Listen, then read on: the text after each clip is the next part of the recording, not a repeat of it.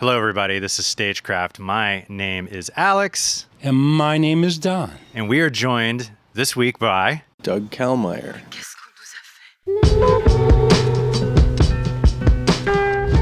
But wait, Alex. Yes. We have someone else here. Yes, we do. Would you like to check in, please? Hello. This is Deb. I'm here. Hello. Deb, Don, Doug. Ooh. 3 Ds. DDDA. It's just like my final report card in senior year. Yeah. If you take off the A, right? No. I remember I got all D's in my last year in senior year, and I ran around the school at top speed celebrating because I had passed, you know, and all the teachers thought I was an idiot because they were like, "You're celebrating D's," and I was like, "Yeah, because I get the hell out of here now." I was like, "I don't give a shit." I was like, "D's, C's, it's all the same. I'm not going to college." And that's why I'm a dog walker. Less debt. I tell people that, you know, being a dog walker is a pretty sweet existence. But there are moments, usually in the summer, about 100 degrees, where I'm picking up a big pile of poop, and I think to myself, college might have been a better idea, but, you know, it fades relatively quickly. Is it the smell or the texture or what? It's having a big handful of poop is definitely, and, you know,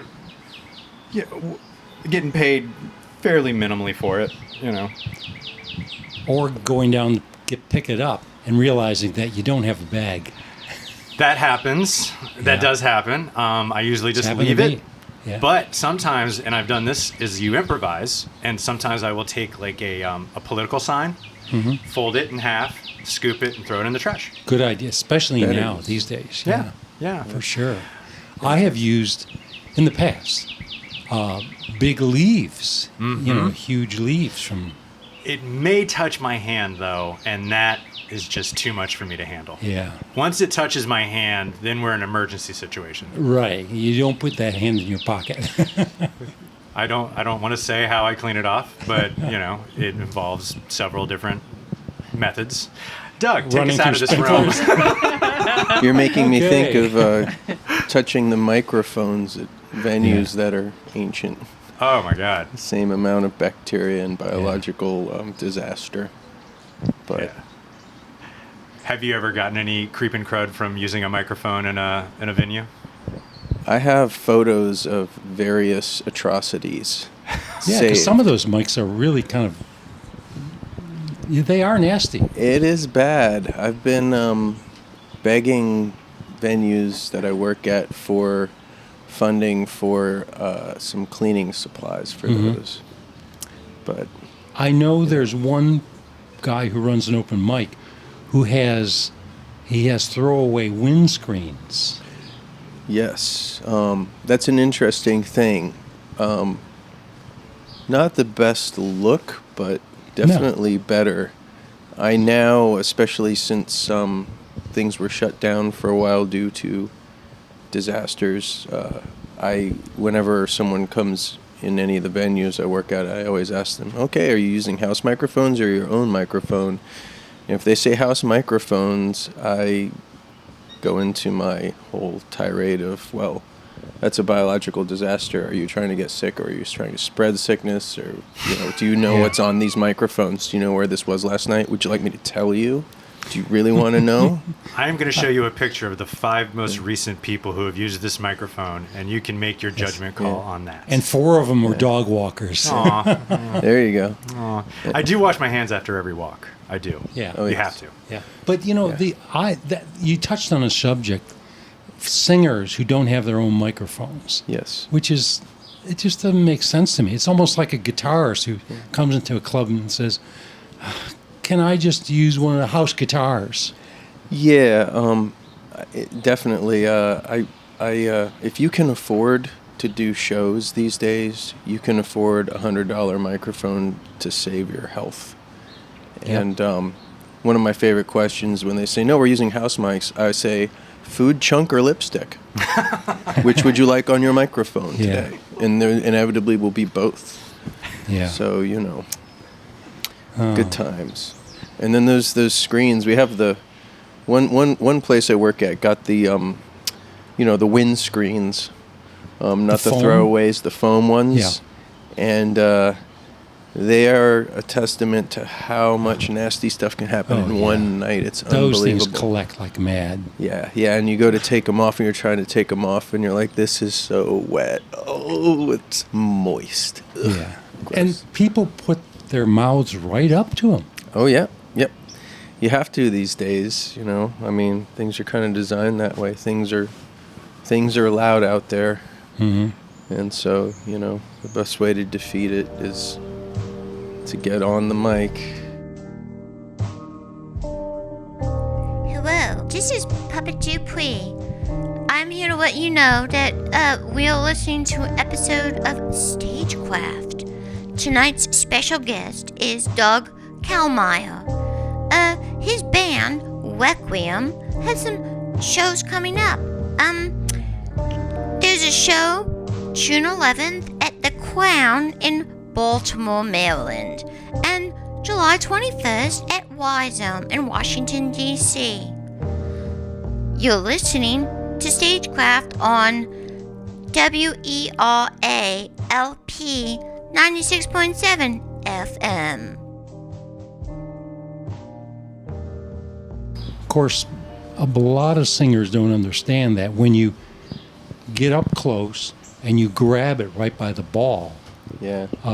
that's the ball of the mic. Now, I should explain Choke that. the shaft near the ball of the mic. Yes. Yes. The shaft near the ball of the microphone. You are actually probably more susceptible to feedback. Yes. So It's you a won't get thing. it as loud.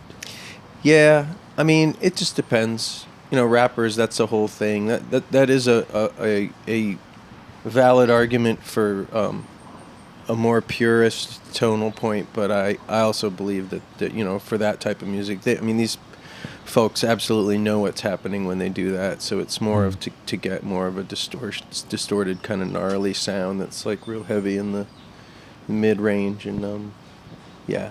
It's an interesting artistic choice. Of course, you've probably run into people who have pedals that they want to run the mics in through. They usually have their own mics, Yes. but they run it through a pedal to get that distortion. Yeah, or a pedal to get verb or whatever, and I think that those things are one of the worst creations in the world, because, you know, now you're running your most important thing. I don't care what anybody says, the most important thing at a live show, if someone steps up to a microphone, I don't care if you're My Bloody Valentine or whoever, if a person goes up to a microphone, everybody sees it and wants to hear exactly what they're saying. And with those processors, you got a $3 preamp, and it's not 99% of the time isn't gain staged right. And then there's all this reverb and all these other things that cause frequency spikes that cause feedback in monitors. And then those vocalists, it's also, you know, the bedroom tones, you know, they expect that they can like be really quiet, and because it's their microphone, it can be turned up really loud. But this is something that I think these technological aspects, like things like technology like that, I mean, in the right hands of someone who understands it, it can be great stuff. But we're quickly losing, and especially the last few years with clubs being shut down, there's a whole generation of people that missed that window of coming to age and getting into venues and learning the art of presenting art to an audience. That's what we're all about. Yeah. So I absolutely agree with you. I think that sometimes maybe it's a way of just hiding behind effects. yeah, or once again, there's that whole because you can make all this really amazing stuff at home that works in a controlled environment, you know, really far-reaching, super universal, crazy stuff out there that sounds so awesome and beautiful, but just not a realistic grasp of how, or plan of how do you make that happen in an environment that is, you know, acoustically hostile towards those types of things. Yeah, So, and they don't yeah. know what they don't know how it sounds there. They don't know the board or anything else.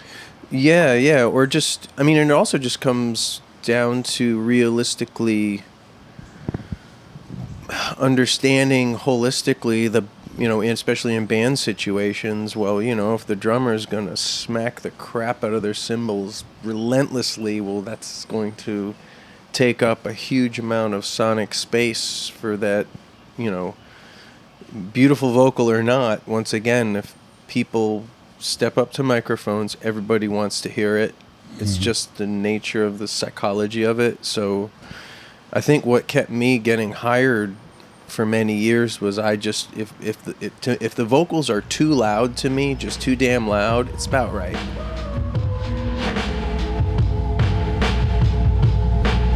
You're listening to StageCraft on WERALP 96.7 FM. Because then everyone's going to leave me alone. Their mom, their manager, whoever, their friends, to leave you alone. So the vocals are just a big floating head on top of everything. Big floating head, like, the technique for recordings, pop music, you want that big floating head in the middle of the speakers that you can hear and see almost. That approach really seems to make it so that you can then work on everything else and try to get it somewhere. So, And then you have someone screaming into the monitors, "I can't hear myself," right? Yeah, that's a normal thing. I can't hear myself. I want more guitar in the monitor too. It's like, Right. well, you're kind of, what do you want, Yeah. But, Which brings me to my second peeve, beyond vocalists not having their own microphone. yeah. When the vocalist, who's a standalone, he's not playing any instrument, walks over near the cymbals that are being crashed, Oh, and yeah. is with his head right next to them. Oh, yeah. Little Marquis Smith there. Yeah. I don't know. There's got to be room for that kind of art, but I mean, once again, it's just kind of understanding, having a group on the same page that understands what needs to happen when, and it's so obviously, it's such an obvious thing when they do. I mean, there's been so many times where I've been mixing bands, the first two bands of the night, I'll mix the first two bands and I'll just be pulling my hair out and I'll think, oh my gosh, I should quit because my ears are gone. I just can't do this anymore. No matter what I do, I can't get this right. I'm the worst sound person in the world. Third band comes on and, wow, this sounds really incredible, So it's, oh, well, that's right. It's not me. It's actually, I'm just here to help them do what they need to do, So it's kind of funny when that facilitator. happens. Yeah, facilitated, exactly. So, yeah. Technology is getting really, really crazy these days, in-ear systems and things like that. That's another thing. It's a great thing when bands have in-ears because then you don't have to worry about monitors. But then you get these situations where the bands aren't hearing each other. Really, they're not. They're isolated from each other. So they don't really play to the dynamic of the band, or when there's too many tracks and things and everything is sterile because it has to be done on an exact certain timeline or it won't work because they're using pre-recorded audio, And that's if the in-ear system is balanced correctly, which sometimes it probably isn't.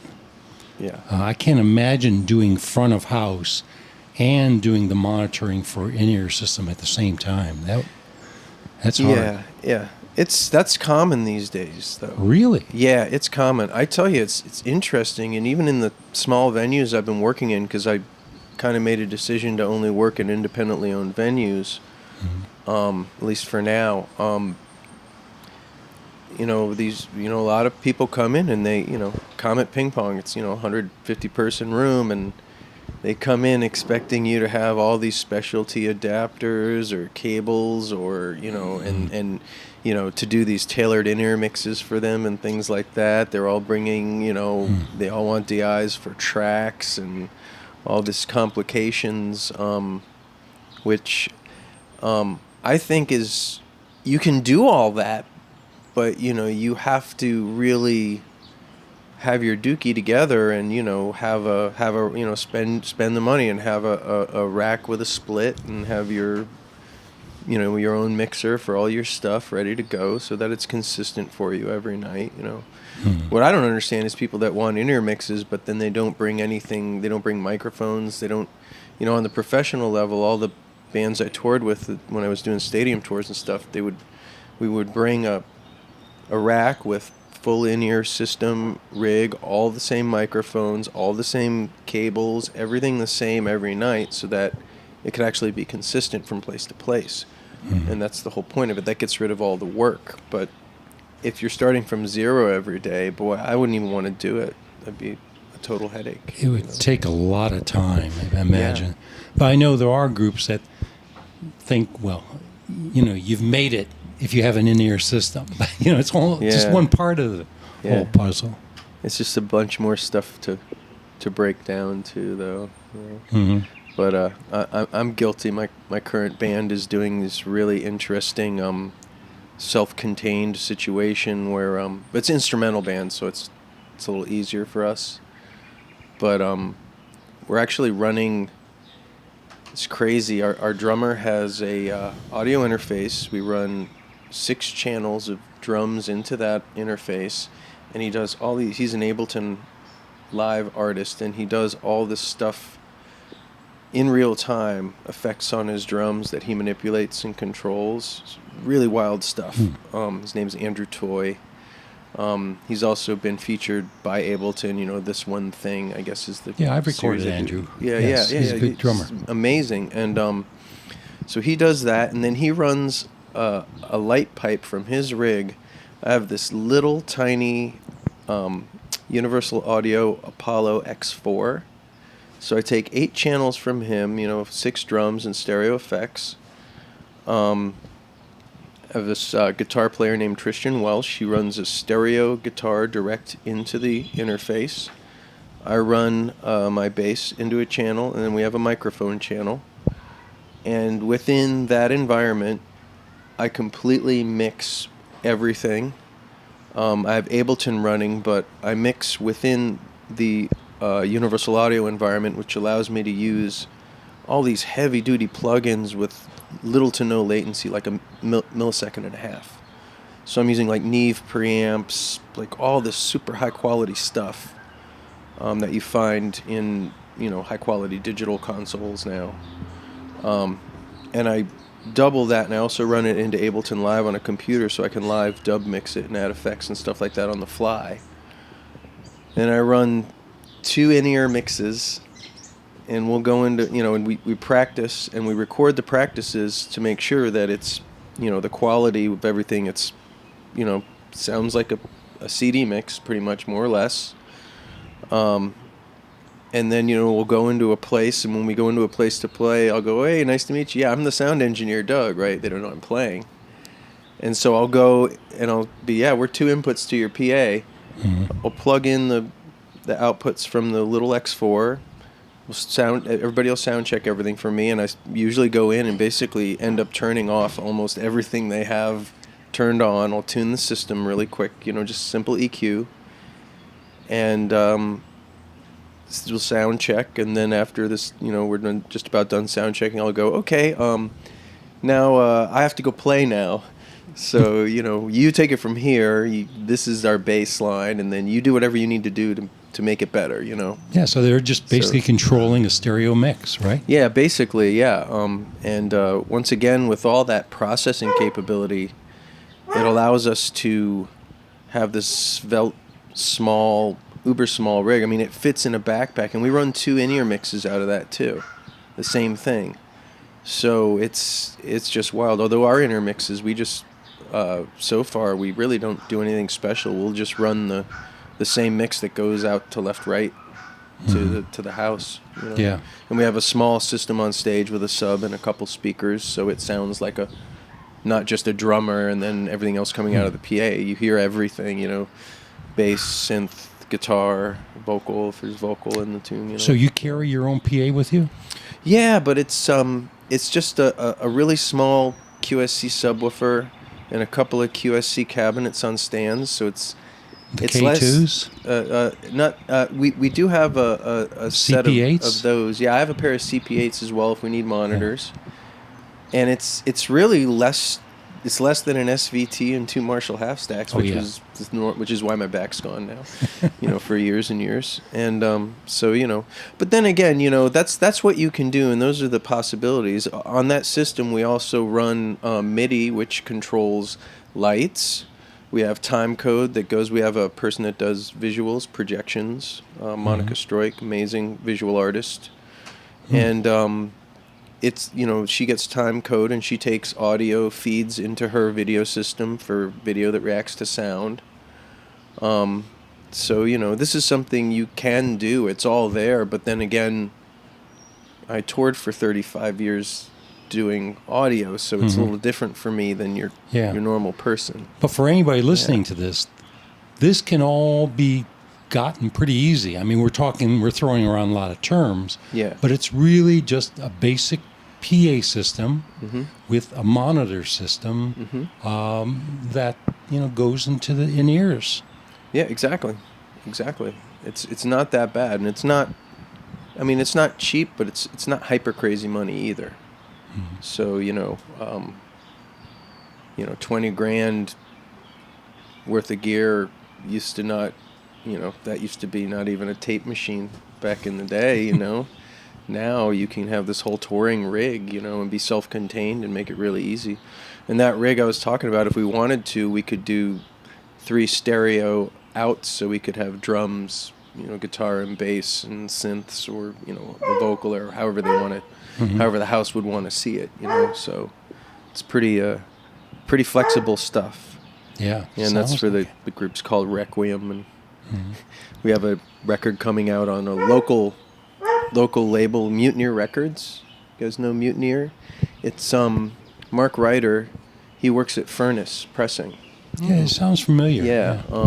And I did check out the YouTube channel when you sent us the email. Oh, did you like that crazy video? Yeah, totally. One of the things, especially the last 25 minutes, I hope people had a pen and paper or however it is you take notes, because that was like a master class. Oh, I'm so sorry. That's and how to to get some that was like a master class in how to put something together that's not super difficult, but at the same time compelling and important. Like even starting from the stuff about like how to approach sound appropriately in the venues and stuff like it's a big deal. Like a lot of people have lack of knowledge on how to interface with a venue appropriately. I hope people were listening. I do too. And most of the stuff you can probably get at Guitar Center. Just don't talk to the salesman who calls you dude. Yeah. Or go to Chuck Levin's. Or go to Chuck Levin's, which is very Chuck good. Levin's for sure. Yeah. So I buy a lot of my stuff. You touched on this just briefly, the idea of a whole generation of artists who maybe don't necessarily know how to present themselves in a live environment, a live venue environment. Can you talk a little bit about that and some of the things that you've seen, like things that you've seen work, things that you say people maybe are doing that is so old they shouldn't be doing it anymore? Yeah, stuff to stay away from sometimes. Yeah, well, in-ears and stuff like that are great, but just when you go, read the advance if you're going to go play at a venue, find out how much time you're going to have, and if you're going to have enough time to implement all these things. If you have an effect pedal for a certain effect you want on your vocal, make sure there's going to be enough time during sound check to work with the house engineer and make sure that you're going to be able to tune that so it works in the environment. If that pedal, or if you can use that pedal as an additional and make sure the house engineer gets a clean signal from the microphone that's pure, that he can add that effect to as much as possible, that'll avoid a lot of problems with issues with feedback and monitors, getting proper gain staging for them to work with so you can have a quick, easy check and so you're not struggling during your show. What else, boy? Doug, let's back up a little bit. Yeah. Let's just quickly, in 25 words or less, talk to people about gain staging, because some people don't know the importance of that. Well, gain staging is just getting the proper, the signal starts at the microphone, goes down the cable, and goes to your console, and the first thing it hits is the preamp, and that preamp gets the voltage in the microphone to the correct voltage to work with the console that you're using, get the proper gain up. And a lot of times with those pedals, you'll plug the vocal mic into the pedal, and that gain might not be hot enough, so you're choking out a lot of sound, or a lot more what you run into, you might gain that up so it looks right, but then if you hit the mic hard, it's a very cheap preamp, so it can't take a lot of signal variance, a lot of dynamic. So it'll overload really quickly, and then you'll get clipping. And you have noise, too. Yeah, and you have a lot of noise issues with those. I mean, once again, it's a cheap preamp, so it's going to have a lot of noise floor to it. So if you can have a split, so once again, you can use a splitter box, or a lot of those vocal processors have a split, so they have a clean and a wet out. Unfortunately, they still hit that cheap preamp first, but at least then if you keep your gain a little lower, you might get a little more noise, but at least you won't get artifacts from overdriving the preamp. And then the engineer has a fighting chance to make sure that the vocal that everybody wants to hear is there, and then they can add that special effect. And as dear to you and as important that special effect might be, honestly, nobody cares about it. People want to hear a human. They want to hear what you're saying. Yeah. Yes. First and foremost, if there's a microphone, and as an instrumentalist and person that plays instrumental music, I don't, not so into vocals, but if there's a vocal mic there and somebody goes up to it, it's just the most important thing. Always. It just is. It's just psychology 101. So that's important. Mm-hmm. Yeah. And, yeah. Do you have any opinions on stage presence?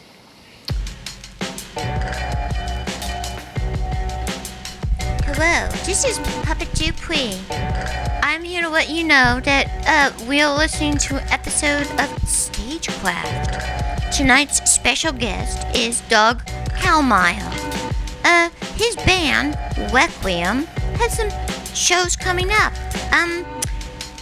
There's a show June 11th at the Crown in Baltimore, Maryland, and July 21st at Y-Zone in Washington, D.C. You're listening to StageCraft on WERALP 96.7 FM. Well, seeing as I don't have much... Don't you guys wear costumes? Well, we do. When we perform, when Requiem performs, we tend to wear all white, and often masks, or full white mask or some type of face mask. But the reason being is that we have projections, and we're projected onto.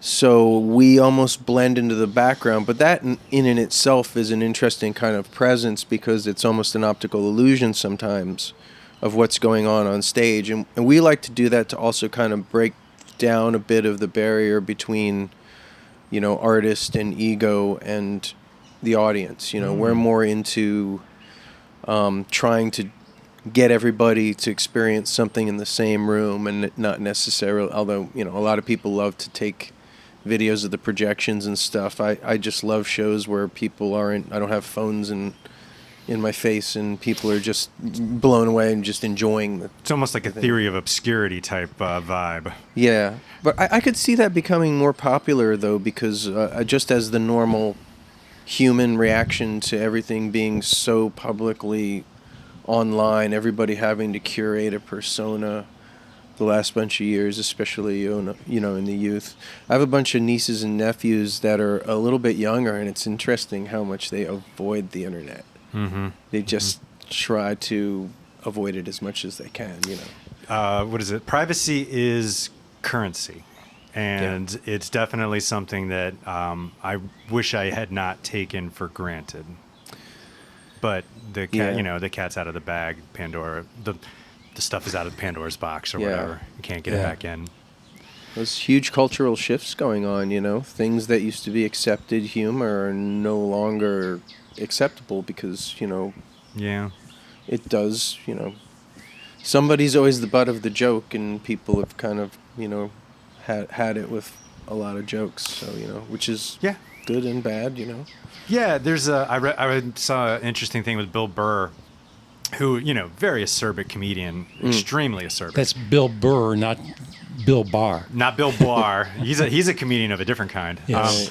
No, it was Bill Burr, and he, you know, he gets annoyed. You know, he said the way he described it. He said doing comedy in New York City now is like doing comedy on like a cruise ship for senior citizens. You know, no one wants to laugh, and most of the time they're like, "Oh, I'm offended." Oh, you know, and he says he doesn't disrespect it. You know, he's like, that's just how people want to be, and I respect that that's how they want to live their life. But, you know, why do you have to worry so much about it? Like, just laugh if you think it's funny. Yeah. Well, there's been a really great movement of awareness. And, you know, I think things will relax in a bit, but, you know, there's a lot of fight going on right now. You know, it's a lot of things that shouldn't be issues are being utilized for political stance, and it's really messed up, and so there's going to be extreme reactions to that, and rightfully so. So, Well, I don't want anyone's feelings to be hurt. yeah, of But course not. I think sometimes it's okay to have your feelings hurt. You know, it happens. My feelings get hurt. Don cries All after the every time. single episode. Yeah, every few minutes. But I mean, aren't there things? Do you think? Let's get into some hot takes. Oh, Do you gosh. think? I mean, there's things that I can find offensive that I still recognize are funny, and you know, I'm not here to tell people what they should or shouldn't laugh at, but I am here to tell you that guess what? Your feelings sometimes get hurt. That's life. Get a helmet. That's true. But I don't. You know, I say that from a place of privilege. You know. Well, same here. But I mean, all these generations have different experiences that they're trying to cope with and different challenges. True. That's always been that's the way forward, and it always has been. So. What I don't want to happen, and I think historically it's been this way, is, you know, polite society. I don't want people who are willing to be rude to get to have all the fun. And I don't know how to place that sometimes. Right. Because it's not about, like, of course I will apologize if I hurt your feelings. Of course I will. I have to do it to Deb all the time. I'm hurt right now. I know. But, you know, again, get a helmet. You know, I'm not making any laws. I have no power. You know, Right. it's just it's a joke, or one of the things that bothers me is, you know, you make, I don't want to say his name, but there was this artist that I saw at the Rock and Roll Hotel. He sang very sexual songs about going out with ladies. It wasn't graphic, but it was all very old school romantic. And he was telling me, he said, he's like, I'm kind of messed up. He's like, I was at this show yesterday. I did my songs, and this woman told me that I was living in a cis paradise. And, you know, and he said, I'm just singing songs about, you know, my experiences. Like, I'm not, you know, trying to profess that this is the way that everyone should live their life. Yeah. You know, and meanwhile on his vinyl album is like a picture of him with his like hanging out, you know, and which was great, but like to call someone out and say that they're living in this cis paradise, that's not seeing him from where he's at, you know, in my opinion. It sounds like a compliment. She called it a paradise. It sounds wonderful. I think she might have said something like you're in a cis privileged paradise, but it was not kind. She was annoyed, and they actually did have he said a fairly interesting conversation afterwards. You know, so. Well, isn't it wonderful that there are so many people living in enough privilege now that these issues can be issues? True. Before it was like, I don't have time for that. I have to find something to eat. So, I mean, while things are very hard, especially financially, as, you know, capitalism collapses the world, it's still at the same time all these issues that are at the forefront right now in the arts and music and stuff like that.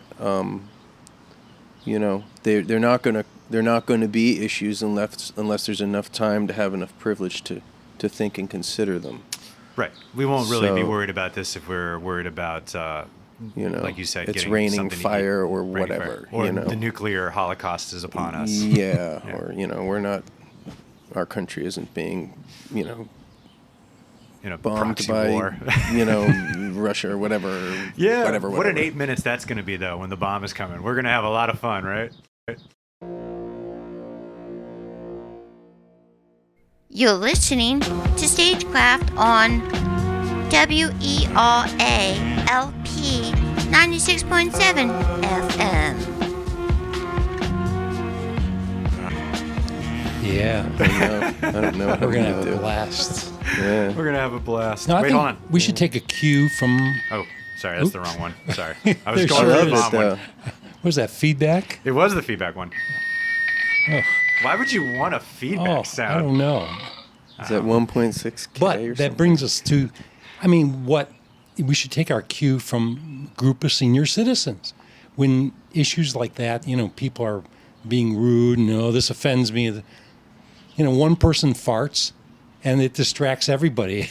You just That's move very on. Dalai Lama. Yeah, exactly. A burp or a fart, everyone laughs, and then Yeah. suddenly everyone relaxes. you know. Exactly. And Yeah. senior citizens now, I mean, they're just like rampantly like banging each other. Like they're like sexual transmitted diseases are like a huge problem in retirement communities now. Really? Yeah, because they can't get prego anymore. Oh, we should do a program on that. I would absolutely Boy, love to. boy. You just tell me, and we will go down to sunset or sunrise, and we will do a special show. Well, that's some inclusion you guys have got going on here. Yeah, I remember her. I got her on the walker. Oh gosh. That walker is, I don't want to be graphic, but that's some good stability Let's there. not be graphic. Oh my god. Jeez. I mean, it's funny to think about retirement communities, but I'm not so far away from retirement communities that it's not somewhat appealing to me. The idea of getting 3 square meals a day brought to my room, cable TV, that's an upgrade from where I'm at right now. You can get that in prison. I don't know about the Wow. 3 square meals a day, Don. but thanks for the recommendation. Boy. You talked about how there's no lyrics or vocals in your music at this time. Are there messages or sensations that you're hoping to push out there, though? Yeah. Well, we do have vocalists. We have vocals that happen, but it's not necessarily defined lyrical content per se. There's no breakup stories going on or any of that stuff that I can't stand, which is why I like instrumental music. Because why we keep telling the story over and over, but it's okay. Yeah. It's always new to somebody, right? Everything's always new to someone. I like your hot take coming So- out against the heartbreak songs, though. That's pretty sweet. Yeah, I've had enough of that, but it's okay. I'm sure I'll have a lot more every night I mix a show. It's okay. Is there an occasional eye roll? For me? Yeah, at the shows. Well, my interns that I've been working with, because I've been training a lot of folks lately, I figured giving back is nice, and there's a lot of engineering jokes going on back there. But it's just to diffuse the tension. It's not to really break anybody down. Of course. Because no matter how much we joke, we're still struggling, no matter what, just to make it as good as it can be for these people. And that's the key, Yeah. That's So- only right, though. I mean, let's Yeah. face it. There are a lot of drummer jokes. Oh my There's gosh. a lot of guitarist jokes. Oh yeah, it gets pretty crazy back there sometimes, but that's the given. Deb, did you have a question? Oh, I just wanted to hear more about these like vocalizations you were describing. So you don't have lyrical content, but you have. More along the lines of say sometimes there's some poetry type stuff going on. I guess so we've worked with some vocalists like Kallmeyer, Sani, from a lot of local DC bands. Time is Amazing. Fire. Time is Fire, yeah, and he does his own stuff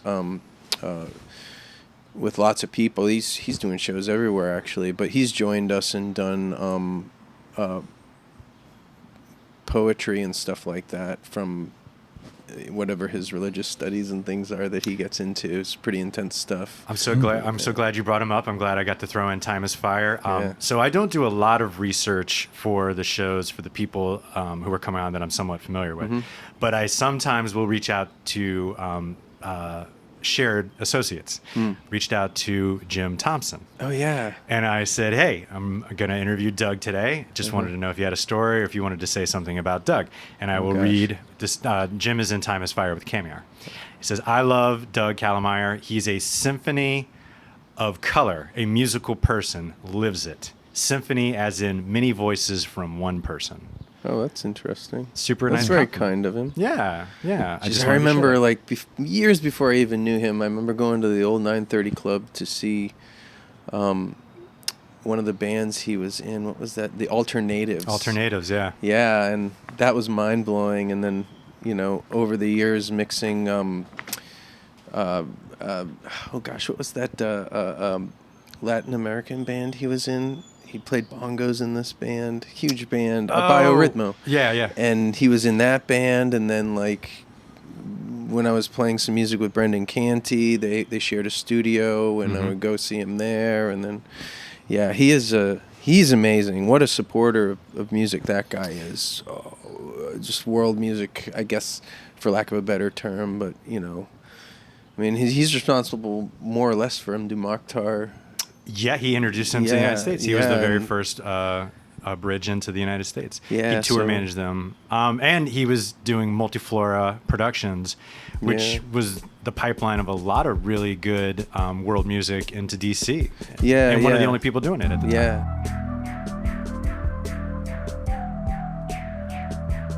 Hello, this is Puppet Dupuis.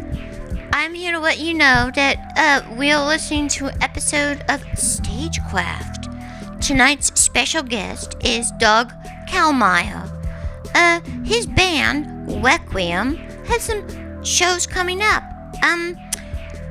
There's a show June 11th at the Crown in Baltimore, Maryland, and July 21st at Y-Zone in Washington, D.C.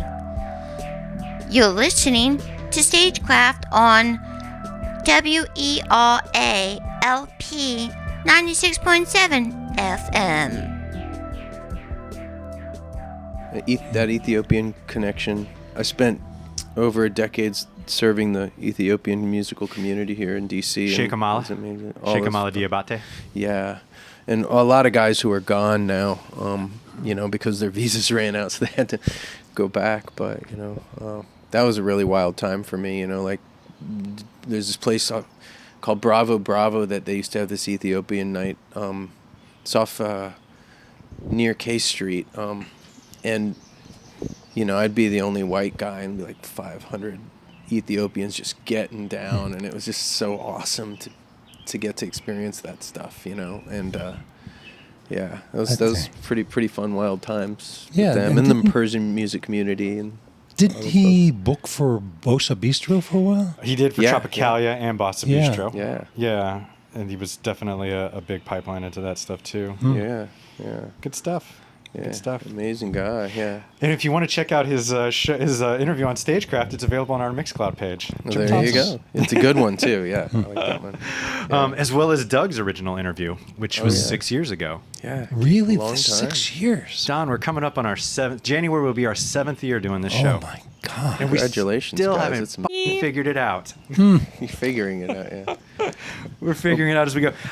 Just as a reminder, as we have about 14 minutes-ish of the show left, where would you like people to view or listen to your music at this time? There is a website for Requiem, which is requiemdrone.com, requiemdrone.com, and there's links to our Bandcamp, which is Requiem Drone at Bandcamp. There's links to the label, which is Mutineer Records, MUTINEER Records.com. Once again, run by Mark Ryder from Furnace, who's putting out specialty vinyl for a lot of people. Those are the main spots you can see it. And on YouTube, that video is on the Mutineer YouTube, Mutineer Records YouTube. yeah, so that's where you can see all that stuff. And we have a couple more singles coming out, and then our record comes out August 11th. We're being repped by Firebird. We're being repped by Terrorbird PR right now, which is really nice company. So it's nice to get some help and not do it yourself, because when I ran my label for 5 years, which was Versus Records, I just about wanted to do myself in from having to service over 10 social media accounts, which was just a daily grind of stuff. So being helped by professionals is a really amazing thing, you know. Professional social media is a must at this point. I can't make heads or tails. And it of that gets more stuff. complicated now. It does. Yeah. It does. Yeah, it is. It's I don't know. It's the trick is use social media. Don't let it use you. I wish I knew how to do that. I really do. Restraint and like understanding that you don't have to be on the treadmill like a gerbil for them every day. Only do meaningful stuff.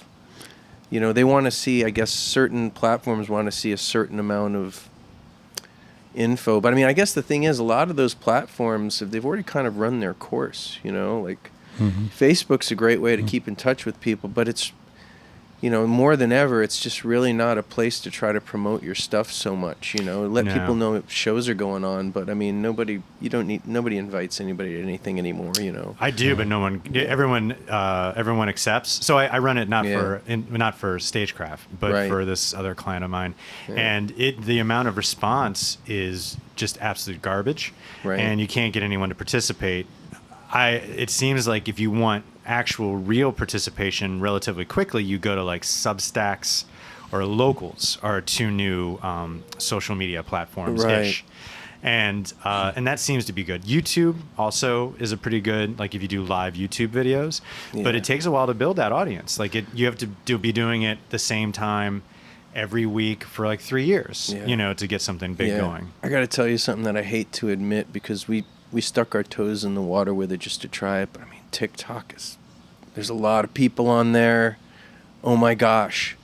It's like those other media platforms used to be before they reached a certain mass where they said, okay, well, we're going to make everybody pay for everything now. Mm-hmm.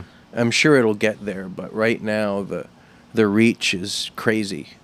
I'm kind of blown away. We've only been on there for a week or so, and it's unbelievable. Like over 5,000 views to that video in less than a week. And right on.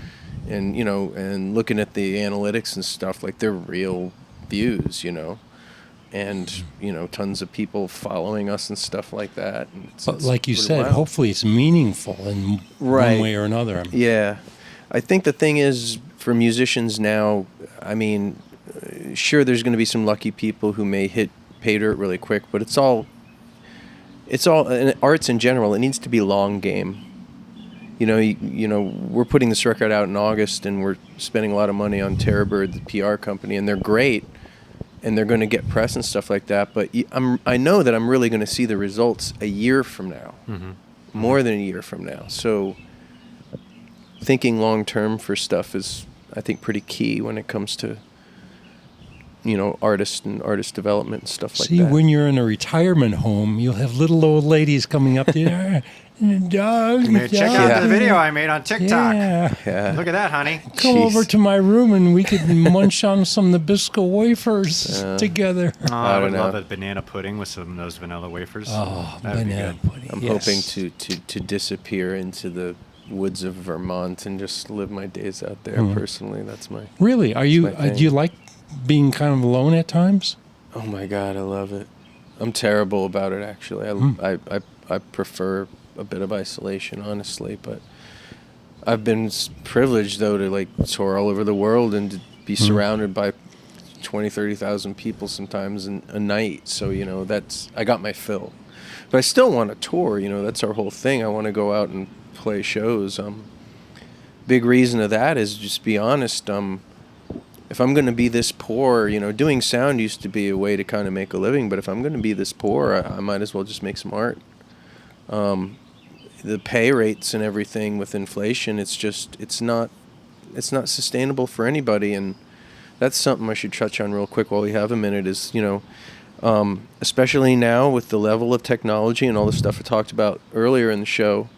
In order to run a show, even at Comet Ping Pong, with the level of expectation, you need a consummate, heavily skilled professional to be able to run these shows. And at the pay rates, you know, you've got young people who love or are interested and they love music and they get into it. But I mean, the level of experience you have to have in order to wrangle a show and run these consoles where you're diving 50 pages deep to get things to work.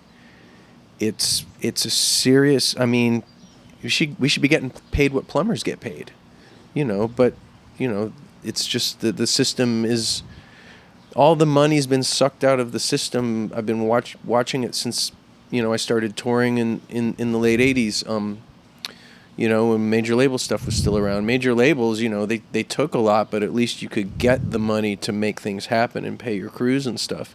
Now it's just, it's impossible. Are you saying that keeping gray water away from the house is as important as keeping feedback down at a show? Because I think I agree with that fully.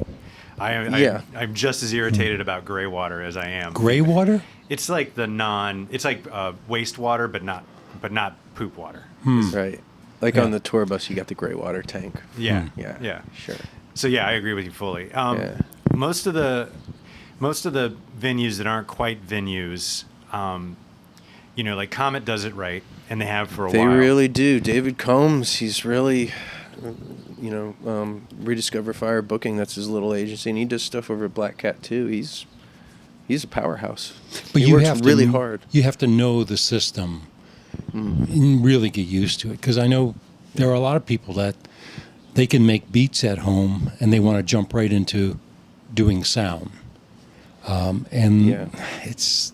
Yeah, I ran into that with interns at Comet. I put out this thing for internships and I had a lot of people getting in touch with me.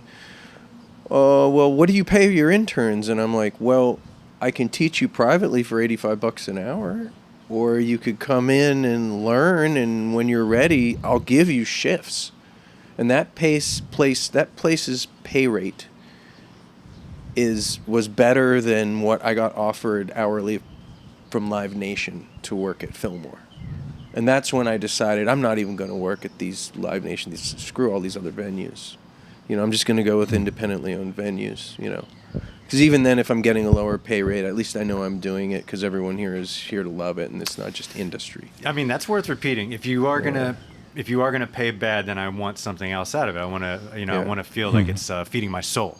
Yeah. You know, if you can't feed me literally with foods, you know, then I need to feed my soul. Well, that's the nice thing about Comet too. I mean, the interns get fed. Yeah. You know, and then I'll usually tip them out so they don't have to pay for, you know, car fare or whatever. Or, you know, and once again, it was the whole thing was you come here an intern. Once you know what you're doing, I will hire you in to mix the shows. So this isn't just like you come work for me for free and then good luck. It's like it was a path to work, but you know it's just hard these days. But even then, I understand why they want to get paid, because it's untenable now. Like how are these young people have a place to live? I know I would be homeless if I wasn't married. You know, the pandemic would have put me right on the street without a doubt. You know, so and you're an established name too.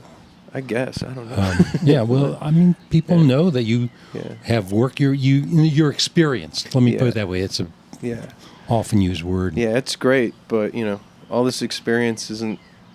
Experience is great. You know, experience is what you get when you didn't get what you wanted. No, I'm just kidding.